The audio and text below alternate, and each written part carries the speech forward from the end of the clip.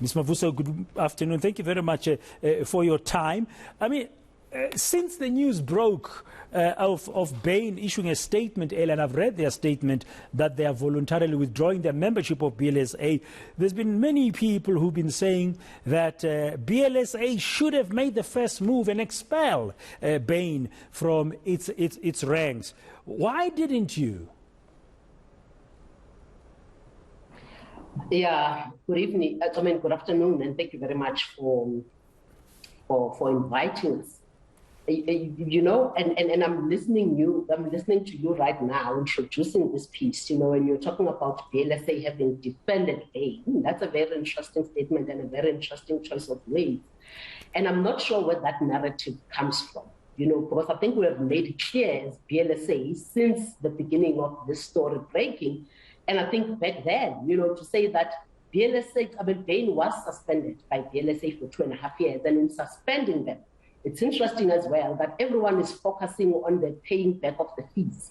There is more that we demanded that they do so that we can reaccept them as an organization. So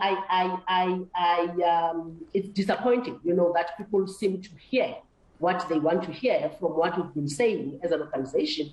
So it was never just about paying back the fees. We know that paying back the fees does not, you know, actually, number one, exonerate the organization. And it certainly does not mean that the organization will start operating in an ethical manner.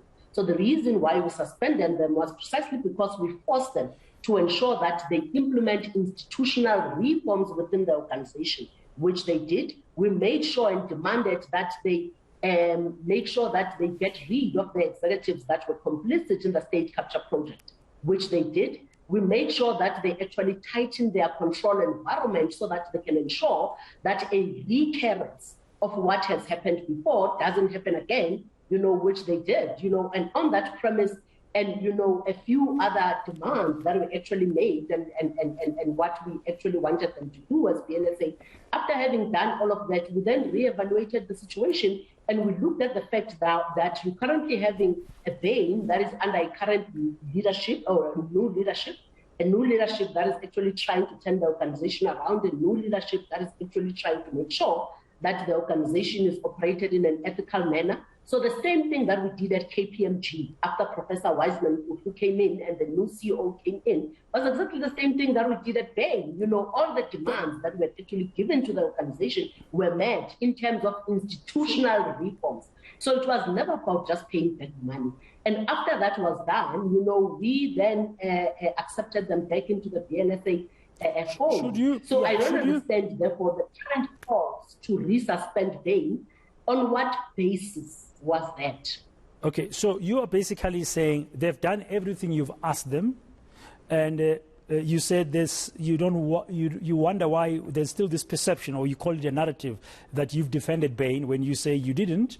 You suspended them for 2 years, and you asked them to do certain things which they've done. So, and you've readmitted them on those bases, but people are still not happy. That's what we're hearing. I just want you to listen to a view from the Black Management Forum, which I'm going to play now for you. I'm hoping you're going to be able to hear it. Tulasizo Simelane, my colleague, spoke to Black Management Forum earlier about this issue earlier today. Let's take a quick listen. We cannot fathom how BLSA, an organization that prides itself in accountability, ethical conduct, anti-corruption, stood for this Bain thing against a massive public outcry. And that really brings me to this deferred prosecution issue, Tulasizwe, where we're saying that, does it mean that if you've got the financial muscle to so-called pay back the money, then you are exonerated from prosecution? We don't think that that's enough. Okay, so that point at the end there is still about the fees, but that lady from BMF is talking about prosecution, which is not, of course, within the mandate of BLSA. But can you still see that there's a lot of perception that says BLSA should have kicked out Bain on reflection? How do you respond to that, Ms. Mavuso? But I think, Mr. Moyane, you're going to have to look at what is the perception based on, you know? And I think it really talks to the point that I just made before. The perception is based on, you know, the incomplete information that everyone is running off on, on why we actually, admitted Bains. So everyone is actually running off on the wrong narrative. So surely you cannot expect me to answer to such ignorance, because that is what it is. I mean, we have said our story as BLSA in terms of the reasons why we actually readmitted Bains over and over again. So if people are actually going to choose, to deliberately advance that which suits their agenda, I'm not going to waste my time to continue to actually answer to that ignorance. Okay, so do you as BLSA then accept Bains' voluntary withdrawal of membership, and what is the impact of that on BLSA?